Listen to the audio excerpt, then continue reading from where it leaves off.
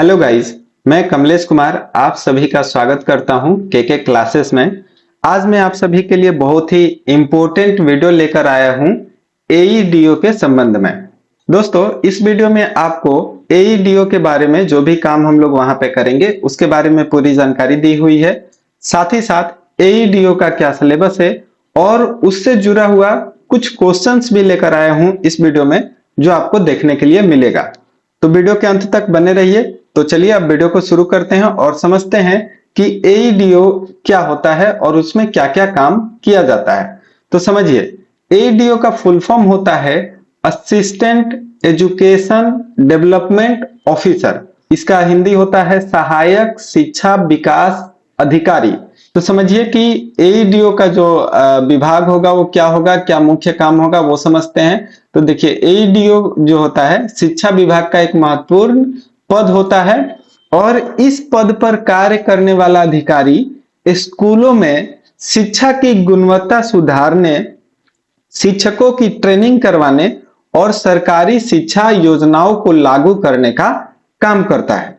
मुख्य कार्य की बात करें तो देखिए, स्कूल की जांच और निरीक्षण करना, शिक्षकों को मार्गदर्शन देना कि शिक्षक कैसे पढ़ाएं, कब जो भी उनका नियम कानून होता है वो बताना, छात्रों की पढ़ाई की प्रगति पर नजर रखना, शिक्षा से जुड़े योजनाओं को सही तरीके से लागू करना, ये काम होता है एईडीओ का।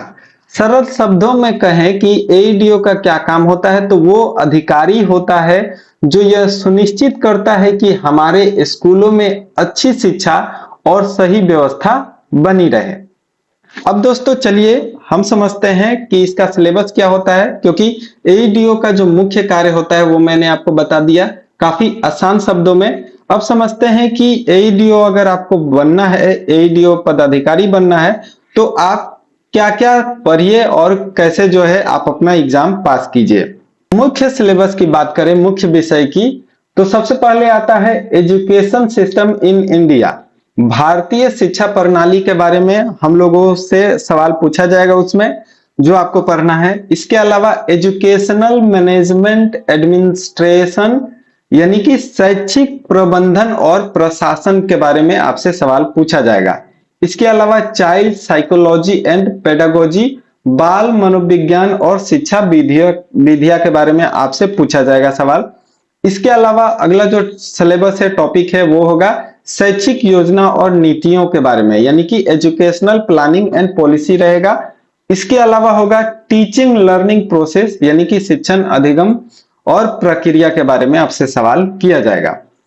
अगला जो टॉपिक होगा वो होगा मुख्य शिक्षा और समावेशी शिक्षा, यानी value education and inclusive education के बारे में आपसे सवाल किया जाएगा। तो आप ये सारा टॉपिक पढ़ सकते हैं। इसके अलावा जो सिलेबस का हिस्सा है वो है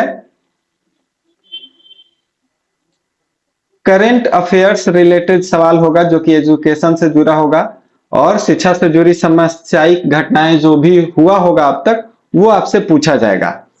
इसके अलावा सामान्य ज्ञान और तर्क शक्ति से जुड़ा हुआ सवाल पूछा जाएगा। शैक्षिक अयोग्य व अधिनियम से जुड़ा हुआ सवाल होगा। दोस्तों, इस सिलेबस से जुड़ा हुआ मैंने भी आपसे कुछ क्वेश्चन यहाँ पे लेकर आया हूं आप सभी के लिए। अब आप सभी को पढ़ना है और बताना है कि एईडीओ से जुड़ा हुआ ये आप सवाल कर पाते हैं कि नहीं, ऑप्शन के साथ है। साथ ही साथ मैं आपको ये एक्सप्लेन भी करूंगा कि ये जो आंसर है वो क्यों है। तो चलिए अब शुरू करते हैं क्वेश्चन को। तो सबसे पहला क्वेश्चन जो आपके सामने है वो ये है कि भारत में शिक्षा का अधिकार आरटीई अधिनियम कब लागू हुआ। तो आप लोग बताइए इसका क्या उत्तर होगा। इसका सही उत्तर हो जाएगा ऑप्शन नंबर सी, यानी 2010। और क्यों होगा, क्योंकि शिक्षा का अधिकार अधिनियम 1 अप्रैल 2010 में लागू हुआ था, जिसमें या जिससे 6 से 14 वर्ष के बच्चों को मुफ्त और अनिवार्य शिक्षा का अधिकार मिला था। 6 से 14 वर्ष के बच्चे जो हैं क्या कर सकते थे, मुफ्त शिक्षा और अनिवार्य शिक्षा का लाभ ले सकते थे। चलिए अब दूसरे क्वेश्चन की तरफ बढ़ते हैं।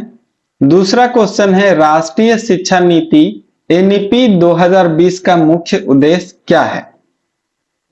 पहला ऑप्शन है खेलों का विकास, दूसरा, डिजिटल शिक्षा को बढ़ावा देना। तीसरा, शिक्षा को लचीला और सर्वांगीण बनाना। चौथा, केवल उच्च शिक्षा सुधार। बताइए आप लोग। देखिए, इसका सही उत्तर हो जाएगा option number C. Option number C में क्या है? शिक्षा को लचीला और सर्वांगीण बनाना, यानी कि शिक्षा जितना लचीला रहेगा उतना ज्यादा अच्छा रहेगा।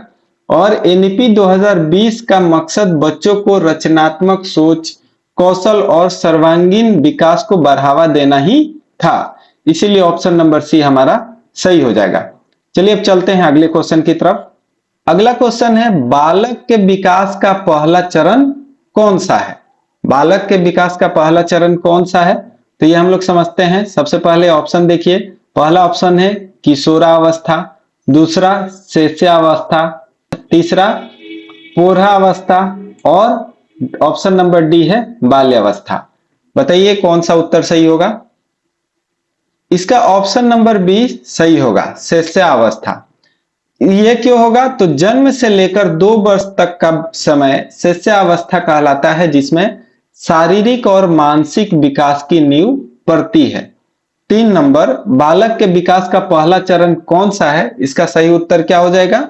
शिशुअवस्था। चलिए अगले क्वेश्चन की तरफ चलते हैं। क्वेश्चन नंबर 4 है, शिक्षा का उद्देश्य मनुष्य का सर्वांगीण विकास है। यह विचार किसका है? गांधी जी का, विवेकानंद का, टैगोर का या रूसो का? बताइए जल्दी जल्दी। इसका सही उत्तर हो जाएगा ऑप्शन नंबर डी, रूसो का। अब क्यों? क्योंकि रूसो ने कहा था कि शिक्षा का असली उद्देश्य बच्चों या बच्चे का संपूर्ण विकास है, न कि केवल ज्ञान देना। बच्चों में संपूर्ण विकास होगा तभी वो क्या होगा? शिक्षा का उद्देश्य मनुष्य का सर्वांगीण विकास होगा। यह विचार किसका था? रूसो का। ब्लूम्स का टैक्सोनॉमी किसे संबंधित है? बुद्धिमत्ता से, बुद्धिमत्ता मापन से, ऑप्शन बी शिक्षण उद्देश्यों का वर्गीकरण से, ऑप्शन सी शारीरिक शिक्षा से और ऑप्शन डी विद्यालय प्रबंधन से। इसका सही उत्तर हो जाएगा ऑप्शन नंबर बी, शिक्षण उद्देश्यों का वर्गीकरण, क्योंकि ब्लूम्स का टैक्सोनॉमी जो है वर्गीकरण पे आधारित था। ब्लूम्स ने शिक्षण उद्देश्यों को कॉग्निटिव, अफेक्टिव और साइकोमोटर 3 भागों में बांटा था। क्वेश्चन नंबर 6 देखते हैं। तो ये आपसे पूछ रहा है, कंटिन्यूअस एंड कंप्रेहेंसिव इवेल्युएशन यानी सीसीई का मुख्य उद्देश्य, यह उद्देश्य क्या है? ऑप्शन ए क्या हो जाएगा? केवल परीक्षा लेना। ऑप्शन नंबर बी बच्चे की सभी क्षमताओं का मूल्यांकन करना। ऑप्शन नंबर सी खेल कूद पर ध्यान देना। ऑप्शन नंबर डी साल में 1 बार परीक्षा लेना। तो दोस्तों चलिए अब इसका उत्तर बताइए। इसका सही उत्तर हो जाएगा ऑप्शन बी, बच्चों की सभी क्षमताओं का मूल्यांकन करना। सीसीई का मकसद बच्चों का निरंतर और व्यापक मूल्यांकन करना है, ताकि हर क्षेत्र में प्रगति हो सके। किसका? बच्चों की। दोस्तों क्वेश्चन नंबर 7 है आपके सामने। शिक्षा आयोग 1964-66 के अध्यक्ष कौन थे? पहला ऑप्शन है doctor Radhakrishnan, option number B है doctor Kothari, option number C है मौलाना आजाद, ऑप्शन नंबर डी है डॉक्टर जाकिर हुसैन। इस क्वेश्चन का सही उत्तर हो जाएगा option number B, doctor Kothari. Kothari आयोग ने भारतीय शिक्षा प्रणाली के सुधार के लिए कई महत्वपूर्ण सुझाव दिए थे, इसलिए इसका सही उत्तर क्या है? डॉक्टर कोठारी। क्वेश्चन नंबर 8 की तरफ चलते हैं। तो इंक्लूसिव एजुकेशन का अर्थ क्या होता है? ऑप्शन ए है केवल विशेष बच्चों की शिक्षा, ऑप्शन बी सभी बच्चों को समान अवसर देना, ऑप्शन सी केवल ग्रामीण बच्चों के लिए, ऑप्शन डी केवल निजी विद्यालय में शिक्षा। इस क्वेश्चन का सही उत्तर है सभी बच्चों को समान अवसर देना। इंक्लूसिव एजुकेशन में सामान्य और विशेष दोनों प्रकार के बच्चों को एक साथ शिक्षा दी जाती है। चलिए दोस्तों क्वेश्चन नंबर 9 समझते हैं। तो सर्व शिक्षा अभियान SSA कब शुरू हुआ था? 1995 में, 2000 में, 2002 में या 2005 में? 2000 में सर्व शिक्षा अभियान शुरू हुआ था। SSA सर्व शिक्षा अभियान भारत सरकार की योजना है जिसका उद्देश्य 6 से 14 वर्ष के बच्चों को प्राथमिक शिक्षा देना है। चलिए क्वेश्चन नंबर 10 और आखिरी प्रश्न समझते हैं। शिक्षण प्रक्रिया में फीडबैक का क्या कार्य है? पहला, सजावट करना, शिक्षण का मूल्यांकन करना, सुधार के लिए जानकारी देना या परीक्षा लेना। इसका सही उत्तर हो जाएगा सुधार के लिए जानकारी देना। फीडबैक से शिक्षक और विद्यार्थी दोनों अपनी गलतियां सुधार सकते हैं और प्रदर्शन बेहतर कर सकते हैं। तो दोस्तों ये था AEDO से जुड़ा हुआ कुछ महत्वपूर्ण प्रश्न और सिलेबस जो कि आपको वीडियो में देखने के लिए, समझने के लिए मिला। आप इस तरह के और वीडियो चाहते हैं तो कमेंट सेक्शन में जरूर बताइए। मिलते हैं अगले वीडियो में, तब तक के लिए धन्यवाद।